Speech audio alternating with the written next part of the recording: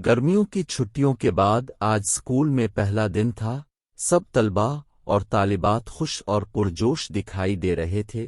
उनकी खुशी की एक वजह और भी थी कि छुट्टियों से पहले प्रिंसिपल साहिब ने असेंबली में ऐलान किया था कि छुट्टियों के दौरान जिन तलबा ने कोई अच्छा और मुफीद काम किया होगा उनको एक बड़ा इनाम दिया जाएगा। गर्मियों की छुट्टियों के बाद आज स्कूल में पहला दिन था। सब तलबा और तालिबात खुश और पुरजोश दिखाई दे रहे थे। उनकी खुशी की एक वजह और भी थी कि छुट्टियों से पहले प्रिंसिपल साहिब ने असेंबली में ऐलान किया था कि छुट्टियों के दौरान जिन तलबा ने कोई अच्छा और मुफीद काम किया होगा उनको एक बड़ा इनाम दिया जाएगा। उन्होंने ये भी कहा कि स्कूल खुलने से एक दिन पहले स्कूल के दफ्तर में आकर अपने काम की तफसील देनी होगी और अपना नाम लिखवाना होगा, और सब बच्चे अपना अपना काम लिखकर जमा करवा चुके थे। बस इसीलिए आज बच्चे बहुत खुश और पुरजोश थे कि देखें किसका क्या अच्छा काम और किसका क्या इनाम निकलता है। स्कूल का मैदान पर रौनक दिखाई दे रहा था।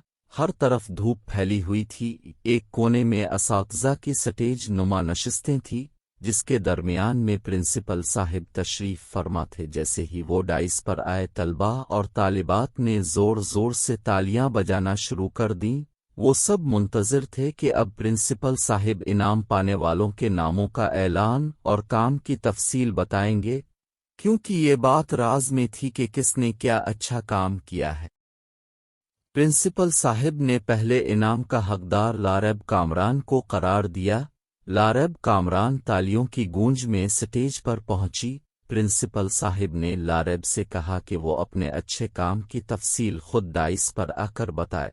लारैब ने बताया कि जब उसने सोचा कि ऐसा किया काम होना चाहिए जिससे इसे और दूसरों को भी फ़ायदा पहुंचे, तो उसके जहन में यह ख्याल आया कि उनके घर में एक कमरा ऐसा है जो ज़्यादा इस्तेमाल नहीं होता, तो क्यों ना इसे थोड़ी सी मेहनत और तब्दीली के बाद लाइब्रेरी की शक्ल दे दी जाए। इस तरह किताबें पढ़ने का शौक पैदा होगा और घर में आने वाले बच्चे और बड़े सब इससे इस्तिफादा कर सकेंगे। लारैब ने बताया कि पहले मरहले में उसने घर में मौजूद सब किताबों को, जो मुख्तलिफ अलमारियों और मेज़ों वगैरह पर बेतरतीब से पड़ी थीं, उन्हें एक जगह जमा किया। इनमें से अंग्रेज़ी, उर्दू, इस्लामियात की किताबों को अलग किया, बच्चों की कहानियों की किताबों और रिसालों को अलग किया और उन्हें बड़ी तरतीब और नफासत से इस कमरे में मौजूद एक शेल्फ के मुख्तलिफ खानों में रख दिया। रात को पापा देर तक पढ़ने के आदी थे।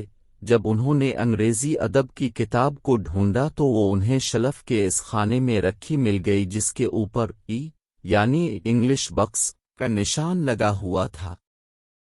उन्हें ये तरतीब बेहद पसंद आई।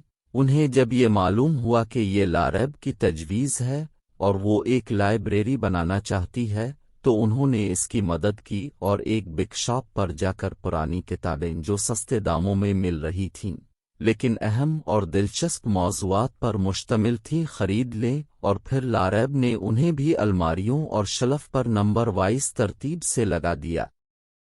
अपने बाबा की मदद और अपनी मेहनत से इसने तकरीबन एक हफ्ते में अच्छी खासी लाइब्रेरी बना ली। पुराने फर्नीचर वाले से बिग शेल्फ खरीद ली। कुछ किताबें इसकी फुफ्फो ने तोहफे में दे दें। बस ज़रा सी कोशिश और थोड़ी सी लागत से एक लाइब्रेरी का पुरसुकून गोशा तैयार हो गया, जहां सब सुकून से बैठकर पढ़ते थे।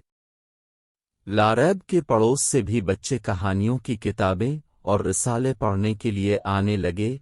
लाइब्रेरी के दरवाजे पर लिखकर लगा दिया गया कि लाइब्रेरी में शोरगुल मना है। बच्चों की कहानियों की किताबें और रसाइल के बिग शेल्फ पर उसने अपने भाई की मदद से खुश रंग किया। बाबा की और फुप्पो की मदद से खिड़की और दरवाजे पर पर्दे लगाए, जिससे लाइब्रेरी का माहौल मजीद पुरसुकून हो गया। अब जो भी घर में आता लाइब्रेरी की तारीफ करता और थोड़ी सी देर के लिए ही क्यों ना हो किताबों और रिसालों की वरक गर्दानी ज़रूर करता। जब लारैब ये सारी बात बता चुकी तो प्रिंसिपल साहिब डाइस पर आए और कहा, बच्चों, लारैब ने बेहद अच्छा काम किया है। किताब पढ़ने का ज़ौक़ पैदा करना مطالعہ کرنے کا ماحول بنانا اور لائبریری کی اہمیت اور ضرورت کو سمجھ کر اس کے لیے کوشش کرنا قابل تعریف ہے۔ اسی لیے لاریب اول انعام کی مستحق ہے، اور یہ انعام ایک ہفتے کے لیے امی ابو کے ساتھ مریخی سیر کا ٹکٹ اور اخراجات کی سہولت ہے۔ اس خوبصورت انعام پر بے حد تالیاں بجائی گئیں، اور لاریب کی تو خوشی کا ٹھکانہ نہ تھا۔